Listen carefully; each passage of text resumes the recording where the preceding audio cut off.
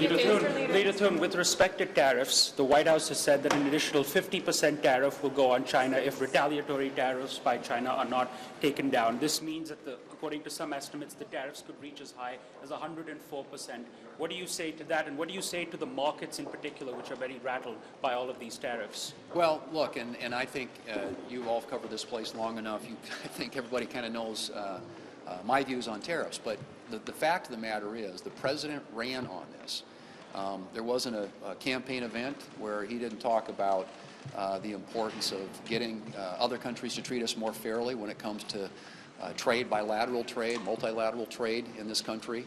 And 77 million people voted for him and his agenda. And I think he deserves the opportunity to see what kind of deals he can get from some of our trading partners. And I think most of us are giving him the space in which to do that, and hope that he is successful, because that's good for not only for him and his administration, but it's good for the country.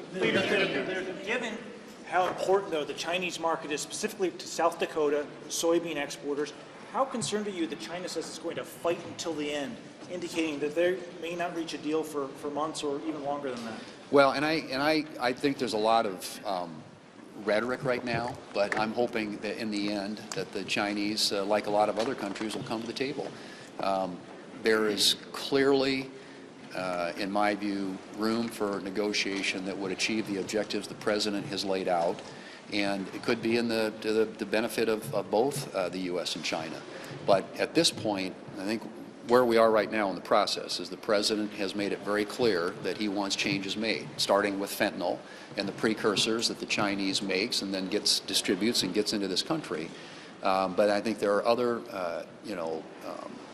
reciprocal type trading policies that could be implemented if the Chinese will come to the table and work with this administration. But I think you've got to give them room to do what they need to do. And, China right now, that's a lot of hot rhetoric, but they are very dependent upon the U.S. They need us as a market. Do you think Americans want to pay more in prices as a result of these policies?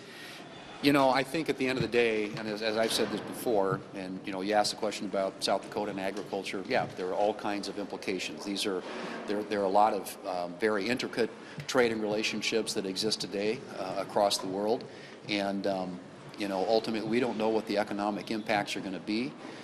We hope that the president is successful, and if he is, and he gets some reciprocity from other countries around the world, this may all be temporary. It may be something that the administration ultimately, adopts a different policy with respect to individual countries that actually come to the table and work out deals. And if they do that, then ultimately I think that's a good thing for the American consumer. But obviously we're all paying attention, and I think the entire country is, to the implications of what's been proposed by the administration. And clearly we want to see an economy that's stronger and more robust, where you've got more jobs being created in this country, and the income gap in this country closing as we create better paying jobs in a lot of places around the country that have suffered as a result of the loss of the manufacturing base that we've had here for a long time.